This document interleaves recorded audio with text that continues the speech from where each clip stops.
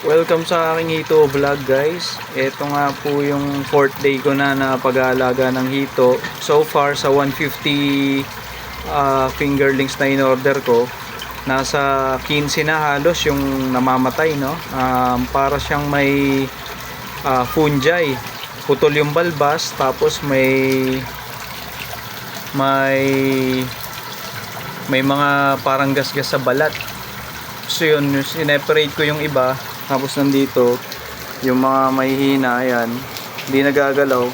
Malamang yan, maya patay na rin yan eh. Kasi ganyan yung nangyari sa mga unang namatay. Yung ulo nakaangat. Nilagyan ko na rin ng asin yan. Dito sila sa nakalagay sa parang Durabox na malaki. Yan, nung una wala akong kangkong dyan. Ngayon meron na. Baka makatulong sa paghinga nila. Tapos nilagyan ko na rin ng dahon ng talisay.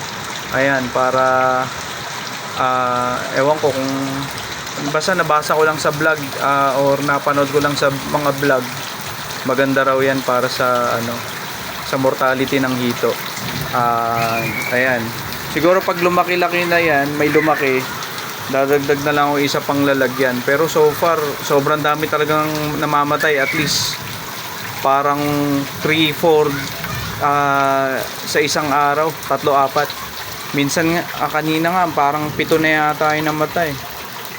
4 na namatay pag uwi ko. Tapos itong ang 3 yung nandito eh. Malamang di na rin makakasurvive to. Tansya ko nasa mga na lang to, yung mga nandyan sa ilalim. Hindi nakikita kasi medyo naiwan yung masisigla na nasa ilalim lang. Pagka may dumaan sa ibabaw, magtatago agad sila. So sana yung matira dito mabuhay. Pero may isa oh. Yan. Para siyang mahina yan, ganyan. Pero pag tinapik mo yung lalagyan, ayan, gumagalaw naman, pero mahina na. Baka hindi na rin makasurvive yan. Bubukod ko na rin yan after nitong video. Tingnan natin kung makakasurvive bukas.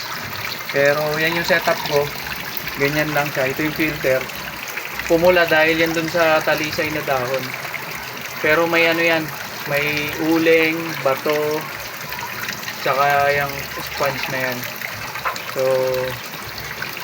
sana may mabuhay kahit mga 20 piraso siguro. Sulit na yung pinambayad doon sa mojito na yan.